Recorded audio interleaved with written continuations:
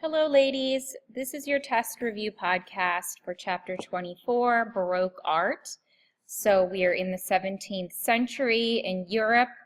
The Baroque period starts in Rome, Italy, so we'll start there, and then we'll move to France, then we'll do Dutch Baroque, and I will end with Spanish Baroque art. So I'll just go over some of the highlights, but as always, you should be reviewing your notes, go through the PowerPoint, go through the reading, and take a look at your worksheets that I handed back, because I will be pulling some questions from your worksheets. And I also gave you that Baroque quiz, so I pulled a couple questions from that too, so make sure you look that over. Pull up this map quickly to show you the different branches of Christianity and how they've been spreading throughout Europe. So you can see that off-white area in Spain and in Italy and parts of France is all Roman Catholic. So you need to remember that much of the art we're studying during the Baroque period is created in response to the Reformation. So it's part of the CounterReformation, which was issued by the Catholic Church to bring people back to the church, to bring people away from these new branches of Christianity, of Protestantism and Lutheranism. So that's something you want to keep in mind as we go along, especially the work of Caravaggio. And while I'm on the topic of religion, one thing I'm not sure I mentioned in class that you need to know about is the Treaty of Westphalia, which was ratified in 1648, and it basically recognized the principle of religious freedom. So people were no longer required to be Roman Catholic. They could branch out and affiliate themselves with whatever religion they chose. We did talk about these two different schools of thought that come about in the Baroque era, the classicists or the Poussin-ists, and the naturalists or the Rubenists. And we compared some paintings from each school, and we talked about how they were different. So I want you to review your outlines, kind of remember what we discussed in class. And just these two paintings right here, we did not compare in class, but on the left is a Poussin painting, and on the right, hopefully you know, is Caravaggio's Calling of St. Matthew. So you need to remember that this Poussin style, or the classicist style, is heavily influenced by art of the classical period. It's very idealized, it's very rational. You see these idyllic looking landscapes, an emphasis on line rather than color, okay? In contrast to the Rubenists or the naturalists, which Caravaggio does fall into that category. They are more interested in dynamic compositions, diagonally placed forms. There's an emphasis on color. We talked about how they were heavily influenced by Titian, one of the Venetian painters, but also influenced by the classical period and also the High Renaissance. So there are some similarities there, but there's also a lot of differences. So I want you to think about that and have a good outline ready to go. So we didn't talk a whole lot about Baroque architecture. I think there's only one or two buildings as part of the image set that you need to know.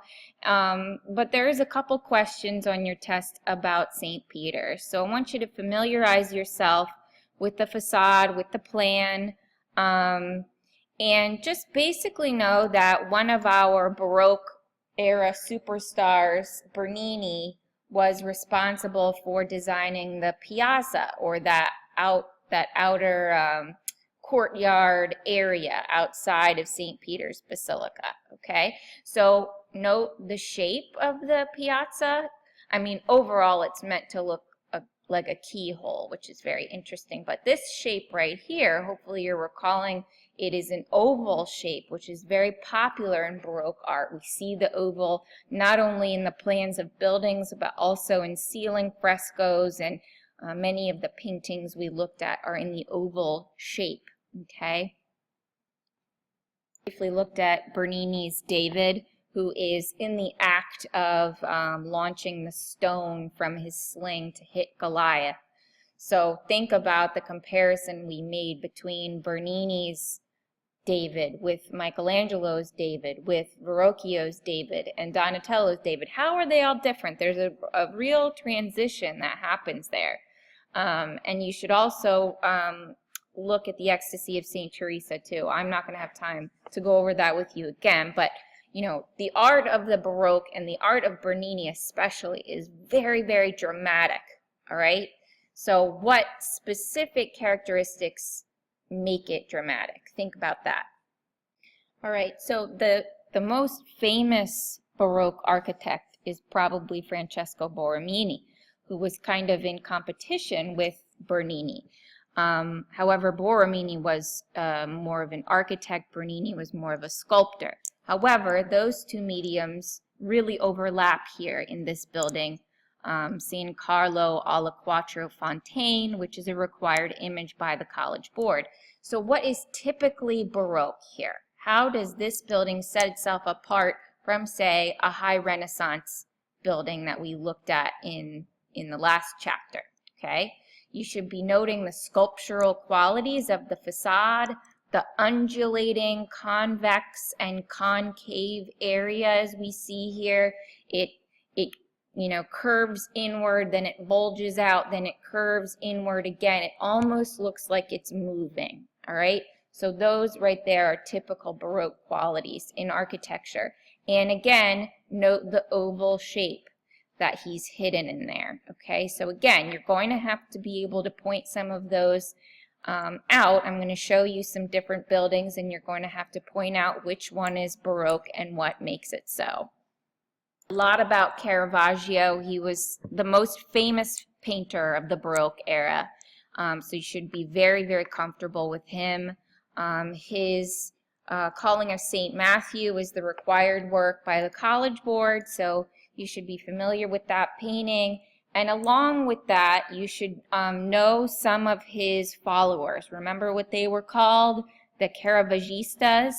Okay, so be able to pick out one of them, be able to pick out a painting by one of them that has characteristics that were created by Caravaggio. So the tenebrism, or the super pronounced chiaroscuro, the monochromatic color palettes, the theatrical scenes that are set in these dingy rooms, and also the open compositions.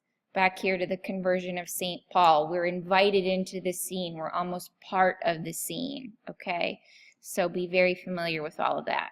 So review the Palace of Versailles. We spent a lot of time talking about that. We watched part of the documentary on Versailles and Louis XIV. I sent you the link for that. If you have time, definitely watch the whole thing. It's a really good movie. It really gives you a sense of what was going on in the 17th century and the construction of this whole complex. It's pretty insane. So what you should know is that it was built around a hunting lodge in this little country town of Versailles in France, and then it just basically turns into this gigantic palace, complete with lavish gardens, sculptures everywhere, a grotto, a church, an opera house, very, very opulent, okay? So, and you should also know the names of the architects. So it was begun by Charles Lebrun, but it was also worked on by Laveau, Lenain, and Clouet. So be familiar with all of those guys because they all worked on different parts of Versailles. To Dutch Baroque, the big guy that you need to know from Dutch Baroque is Rembrandt. Obviously, we looked at a couple of his paintings. He's most famous for his etching, though, and the required work that the College Board gave us, this self-portrait with Saskia, is an etching, all right? So you should know that, and also you should know how he kind of reinvents the group portrait, all right? Remember, we compared these two. Frans Hals is on the bottom, Rembrandt is on the top. What sort of differences do you see? What sort of differences did we point out together? And how did he make the group portrait a little bit more lively? That's what you need to think about. Okay. Also, you should know this. This is a required work. That's a given. Any work that is a required work, you should know very, very well. All right. So this was in your worksheet. You may want to look through that again. This is his self-portrait, as I said, with his wife. In addition to his group portraits, he also favored paintings of Old Testament scenes. He was very religious, so you'll see a lot of these Old Testament scenes, but he made the figures look very plebeian in nature. So instead of these, fancy outfits or of wealthy looking people, we see Christ looking more, more like a person who would be living in poverty. So that's really what sets his religious paintings apart from most other artists. Rembrandt also did a ton of portraits. I have a whole series of them for you to look at.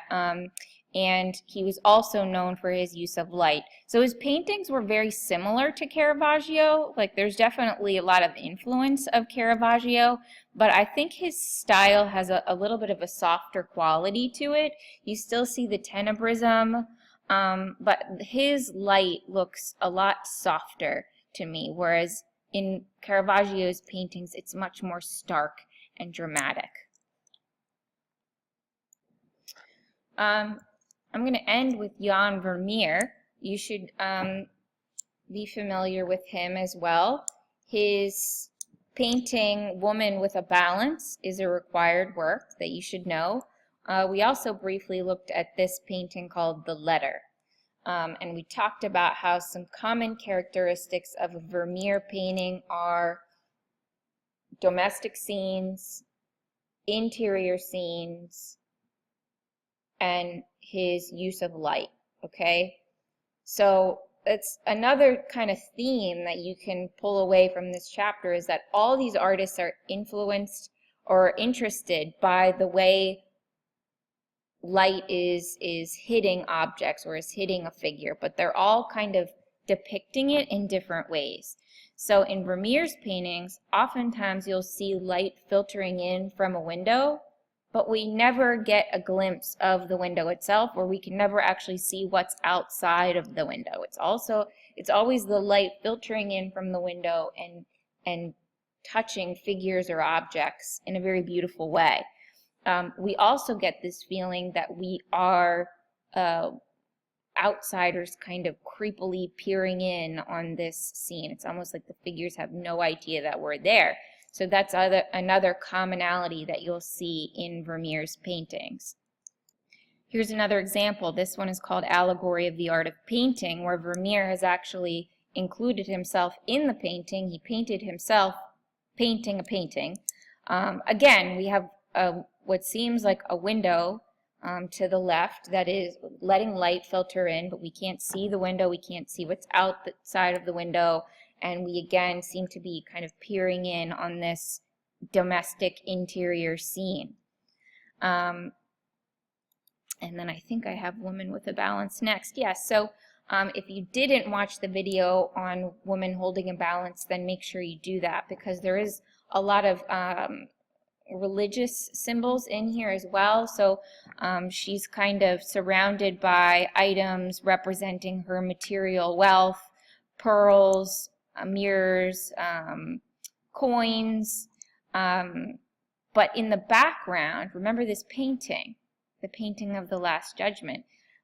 So this, could be indicating, this theme of life is fleeting and we shouldn't be focusing on our material wealth or valuables. Running out of time, ladies, so I'm going to have to skim over this.